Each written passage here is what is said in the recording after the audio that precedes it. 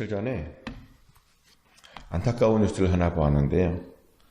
어떤 뉴스였냐면 한국에 요즘에 20대 사기꾼들이 굉장히 많아졌다라고 하는 뉴스였습니다. 50대 사기꾼도 많은데 50대 사기꾼보다 20대 사기꾼이 3배 정도 더 많다라고 하는 그런 이야기였습니다. 그러면 그 원인이 뭐냐? 한국은 사기꾼에 대한 처벌이 약하답니다.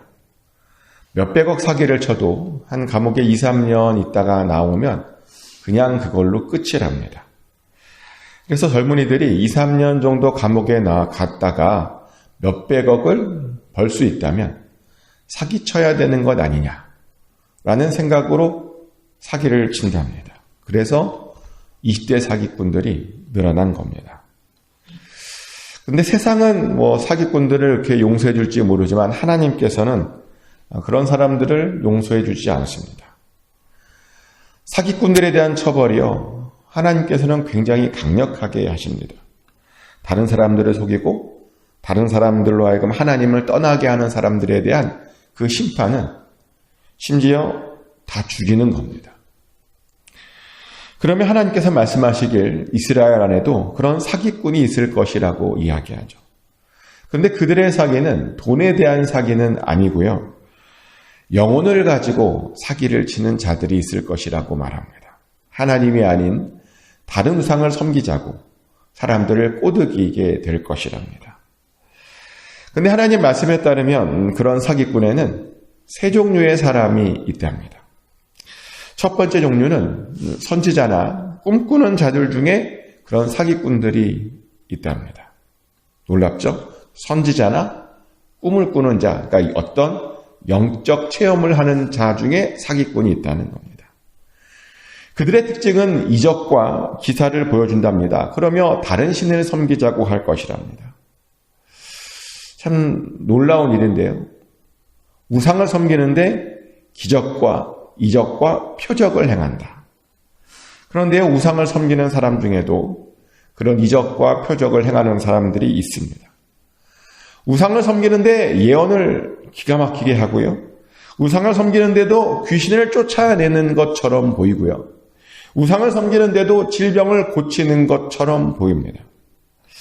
그래서 어떤 때는 저들도 뭐가 있나? 라는 생각이 들 정도입니다. 그런 능력이 있다 보니 저들의 믿는 신이 뭔가 있는 건가? 라는 생각이 듭니다.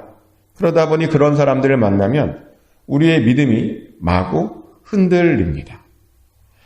하지만 오늘 말씀에 따르면 절대로 그들에게 흔들리지 말아야 한다고 말하면서, 왜냐하면 그들이 그렇게 능력을 행할 수 있는 이유가 뭐냐? 그들의 믿는 우상의 능력이 있어서가 아니라 하나님께서 그들에게 그런 능력을 주셨기 때문이다 라고 말씀하고 계십니다.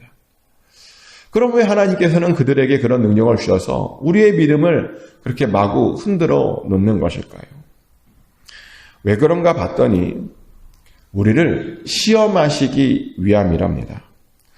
우리가 그들이 부리는 그 능력을 보고 그들을 쫓나 안 쫓나 보려고, 하나님을 마음을 다하여 정성을 다하여 뜻을 다하여 섬기는지 안 섬기는지를 보려고 그들에게도 그런 능력을 주신 것이랍니다. 그런데요, 그건 좋은데 이 시험이 보통 어려운 것이 아닙니다. 왜냐하면 웬만하면 다 넘어가거든요. 그냥 보면 넘어갑니다. 그렇지 않겠습니까? 사실 누가 앞에서 이적이 일어나는데 잘 안 넘어갈 수 있겠습니까? 그런데 하나님께서 우리에게 요구하시는 것은 그럼에도 불구하고 안 넘어가는 겁니다. 그런 것을 봐도 흔들리지 않는 그런 믿음을 갖는 것입니다. 그럼 어떻게 해야 안 넘어갈 수 있냐는 것이죠. 어떻게 해야 안 넘어갈 수 있을까요? 어떻게 해야 되냐면요, 우리가 하나님을 믿는데 어떤 기적이나 능력이나 표적을 보고 믿으면 안 된다는 겁니다. 어떤 기적 때문에 하나님을 따라가서는 안 된다는 겁니다. 그럼 무엇 때문에 하나님을 따라가고 하나님을 믿어야 되는가? 우리 하나님께서 진리이기 때문에 우리가 하나님을 따라가는 겁니다. 기적과 표적 때문이 아니라 하나님 그 자체가 진리이기 때문에 하나님 그 자체가 창조주 하나님이기 때문에 우리의 주인이기 때문에 우리가 하나님을 따라가는 것입니다. 그래서 우리가 기독교를 뭐라고 말해요? 우리 기독교를 기적의 종교라고 말하지 않고요. 우리 기독교를 말씀의 종교라고 말합니다. 종교라고 붙이는 말이 우습긴 한데요. 어떤 기적이나 이적 때문에 사람들이 모여있는 곳이 아니라는 겁니다. 진리이기 때문에 우리가 그 말씀 때문에 하나님을 믿게 된다는 것이죠. 바로 그것이 우상과 우리의 결정적인 차이입니다. 근데 맞죠? 다른 우상들에게는 능력이 있을런지 모르지만 진리가 없습니다.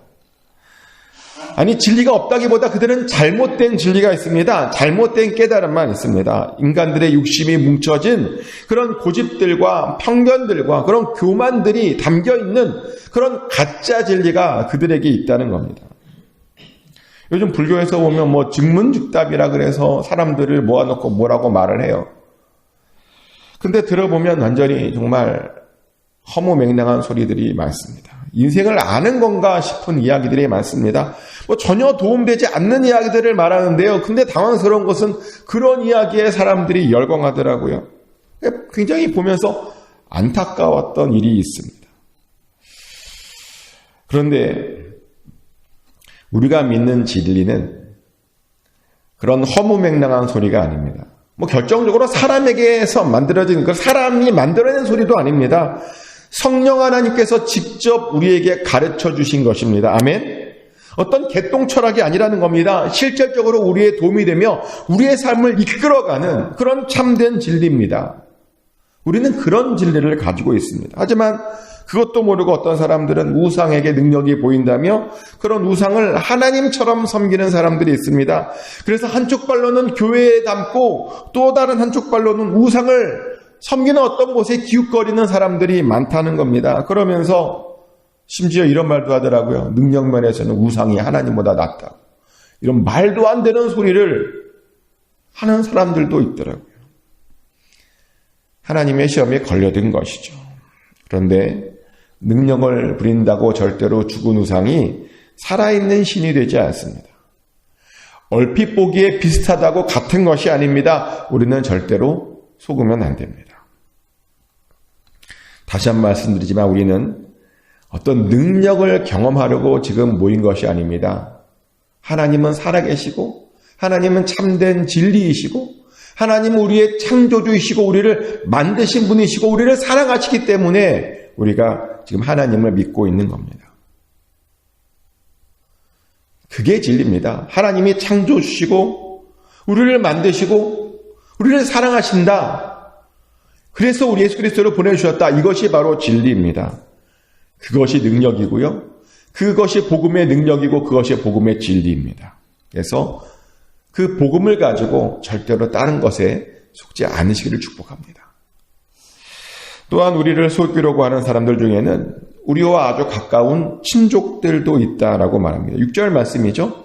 내 어머니의 아들, 곧 내 형제나 내 자녀나 내 품의 아내나 너와 생명을 함께하는 친구가 가만히 너를 깨어 이르기를 너와 내 조상들이 알지 못하던 다른 신을 섬기자. 이런 말을 할 거래요.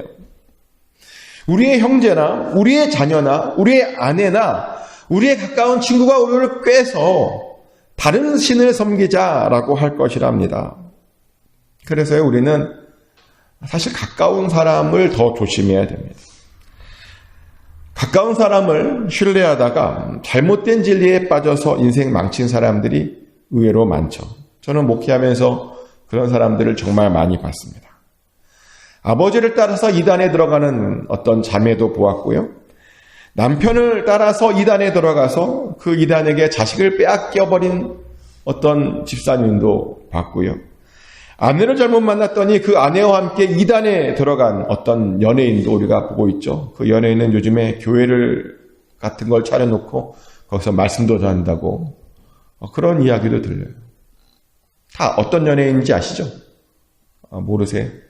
되게 유명한 JYP라고 아내가 이단을 섬기더니 자기도 이단 교회를 만들어서 거기서 설교를 하고 있더라고요. 말도 안 되는 구원파 같은 설교를. 사람들을 점점 미혹하고 있죠. 이렇게 우리와 가장 가까운 사람들이 우리를 미혹할 수 있다는 겁니다. 그래서요, 우리가 정신 차리지 않으면 나도 모르는 사이에 하나님을 떠나 잘못된 것에 빠져버릴 수 있다는 겁니다. 그럼 어떻게 해야 그런 것에 안 넘어갈 수 있을까요? 그 방법에 대해서 오늘 본문은 이렇게 이야기하죠. 8절 말씀인데요.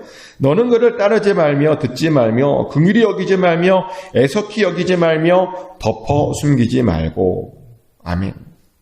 그를 따르지 말랍니다. 그에게서 듣지 말랍니다. 그를 긍휼히 여기지 말고요. 그를 애석히 여기지 말고요. 그와의 관계를 덮어 숨기지 말라라고 말합니다. 제가 방금 말씀드린 것 중에서 저는 가장 중요한 것이 덮어 숨기는 것이 아닐까라는 생각을 해봅니다. 왜냐하면 나쁜 사람들의 특징은 뭐냐면요. 뭘 자꾸만 은밀하게 하려고 해요. 숨어서 뒤에서 어둠 속에서 뭔가를 하려고 그래요. 뭔가 자꾸만 비밀을 만들어냅니다. 그게 나쁜 사람들의 특징입니다. 우리를 악한 대로 이끌어내는 사람들의 특징이 뭐냐면 자꾸만 은밀한 대로 우리를 자꾸만 데리러 갑니다. 신천지도 그런 거 아닙니까? 신천지를 만나보면 자꾸만 뒤에서 몰래 뭔가를 계획해서요. 자기네들에게 뭔가를 짜서 우리를 속이려고 합니다. 자신과 내가 만났다라고 하는 사실을 다른 사람에게 알리지 말아라. 자꾸만 뭔가 비밀을 만들어서 어떤 공작을 합니다. 그렇게 잘못된 사람들은 어두운 데를 좋아합니다. 그런데 하나님의 사람들은 반대로 빛을 좋아하죠. 어두운 데는 가기 싫어하게 되어 있습니다. 그래서 그런 가까운 사람 중에 의리를 꾀는 사람들을 잘 상대하는 방법은 뭐냐면 어둠으로 같이 들어갈 것이 아니라 같이 빛으로 나오는 겁니다. 친하면 친할수록 더 빛으로 나오게 하는 겁니다. 더 오픈하는 겁니다. 더 드러내는 겁니다. 숨길 게 뭐가 있습니까? 우리가 하나님께서 모르시는 게 없잖아요. 하나님 앞에 숨길 수가 없습니다. 숨겨서는 안 되는 겁니다. 우리는 최대한 오픈해야 됩니다. 그래야 우리가 그들의 꾀에 넘어가지 않을 수 있습니다. 또한 우리를 속이려고 하는 사람들 중에는 다수의 사람들이 있다고 말합니다. 오늘 본문의 표현에 따르면 한 성읍 전체 사람들이 우리를 속일 수 있습니다. 12절 13절 말씀이죠. 내 하나님 여호와께서 내게 주어 거주하게 하시는 한 성읍에 대하여 내게 소문이 들리기를 너희 가운데에서 어떤 불량배가 일어나서 그 성읍 주민을 유혹하여 이르기를 너희가 알지 못하던 다른 신들을 우리가 가서 섬기자 한다 하거든. 우리가 살고 있는 어떤 성읍이 있는데 그 성읍에 대한 이런 소문이 들릴 거랍니다. 어떤 불량배가 그 성읍 사람들을 다 유혹해서요. 다 알지 못하던 사람을 섬기겠다라고 하는 그런 소문이 들릴 거랍니다. 그래서 그 성읍 사람들이 다 우상을 섬겼다는 겁니다. 너무 무서운 이야기 아닙니까? 나만 빼고 지금 내 주변 사람들 다 모두 우상을 섬기고 있다는 것이죠. 우리는 보통 많은 사람들이 선택하면 그것이 맞다고 생각하고 많은 사람들이 선택한 방향으로 가려고 합니다. 소수보다 다수가 더 똑똑하고 거기가 더 맞는 것 아니냐라고 이야기합니다.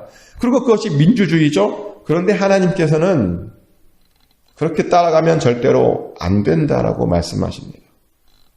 다수가 다 간다고, 다수가 다 나를 미혹한다고 거기에 그냥 따라가면 큰일 난다는 겁니다. 그래서 주의해야 된다는 것이죠.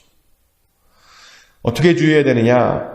오늘 보니까 그들을 다 죽이고 그들의 물건들은 다 불사르고 그 성읍은 폐허가 되게 만들어서 다시는 건축하지 말게 해야 된다는 겁니다. 많은 사람들이 그렇게 잘못된 진리로 빠져서 우리를 미혹하면 그렇게 우리가 처신해야 된다는 거죠.